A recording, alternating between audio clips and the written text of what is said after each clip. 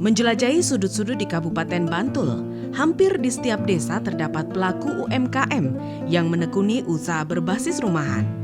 Dan salah satunya berada di Dusun Pager Gunung, Desa Sitimulyo, Kecamatan Piungan, adalah Hussein Nurwijaya, pelaku UMKM yang menekuni aneka keripik berbahan daun dan sayuran.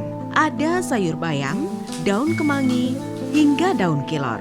Tapi ada satu bahan yang bagi kebanyakan orang barangkali tak pernah dipandang memiliki nilai ekonomis, yakni daun kersen, atau bagi kebanyakan orang menyebutnya dengan istilah talok.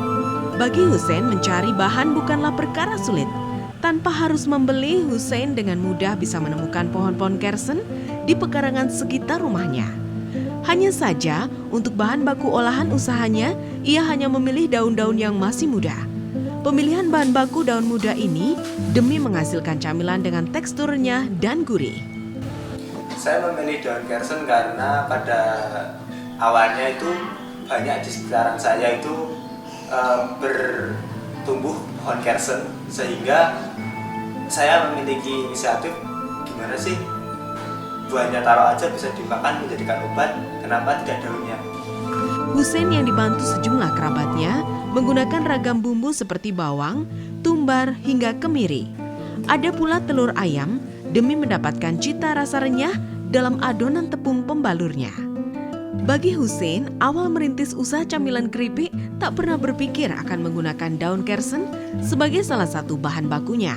Bahkan ketika pertama kali ide itu ia lontarkan, tak sedikit yang memandang sinis dan ragu daun kersen bisa dikonsumsi. Banyak masyarakat yang menganggap itu adalah hal yang konyol, alias itu pakan kewan kok dibuat makan manusia itu nggak lazim mas gitu. Tapi pada saat itu saya berasumsi untuk bagaimana saya untuk mematahkan asumsi mereka bahwasannya daun kersen itu aman.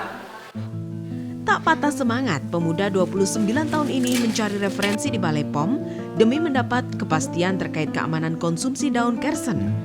Dari sinilah ia yakin daun kersen aman dikonsumsi dan usaha pembuatan keripik daun kersen pun ia mulai. Ide dan inovasi menjadi hal penting dalam merintis dan mengembangkan dunia usaha.